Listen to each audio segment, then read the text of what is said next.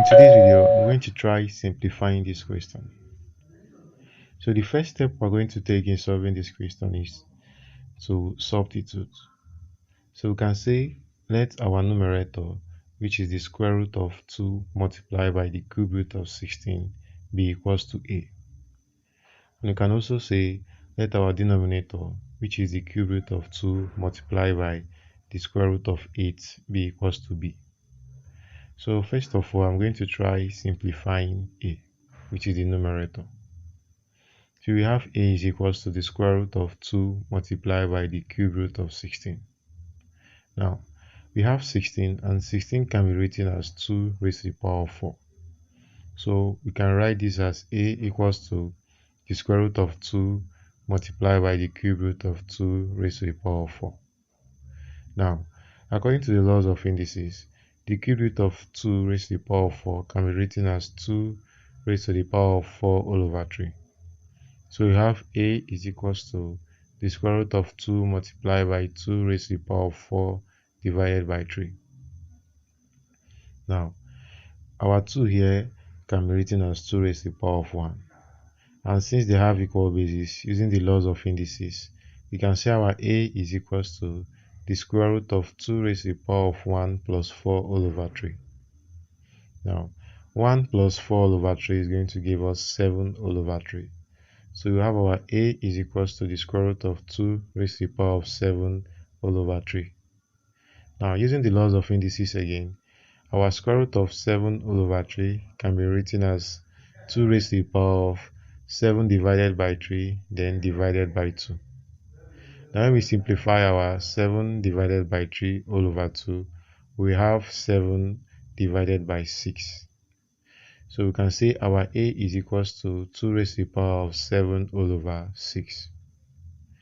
Now we're going to leave this here and go to our denominator, which is b. So we said b is equals to the cube root of 2 multiplied by the square root of 8. Now, just like the other one, our 8 can be written as 2 raised to the power of 3.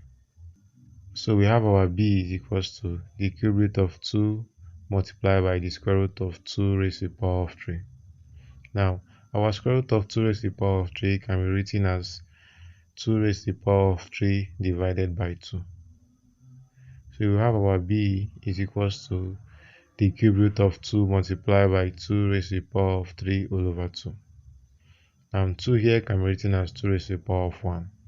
So we have our b is equals to the cube root of 2 raised to the power of 1 multiplied by 2 raised to the power of 3 all over 2. Now, since they have equal bases, our b can be written as b is equals to the cube root of 2 raised to the power of 1 plus 3 all over 2. Now, 1 plus 3 all over 2 is going to give us 5 all over 2. So we have our b is equals to the cube root of 2 raised to the power of 5 divided by 3.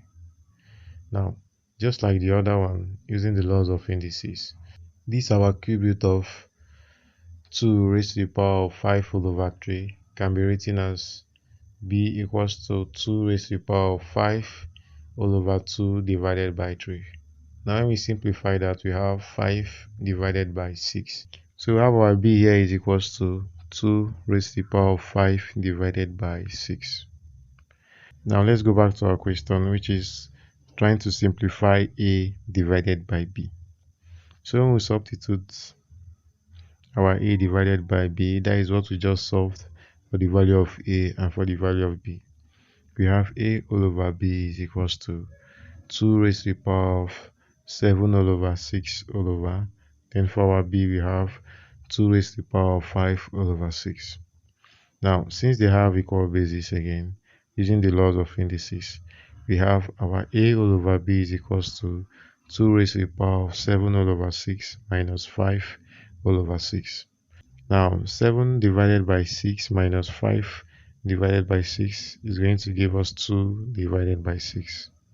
So we have our a divided by b is equals to 2 raised to the power of 2 all over 6. Now, 2 all over 6 can be divided by 2. So this will give us 1 all over 3. So we have our a all over b is equals to 2 raised to the power of 1 all over 3. Now, using the laws of indices, 2 raised to the power of 1 all over 3 can also be written as the cube root of 2. So again, we can say our answer for a all over b is equals to the cube root of 2. Thanks for watching. Please don't forget to subscribe and also like the video. Bye.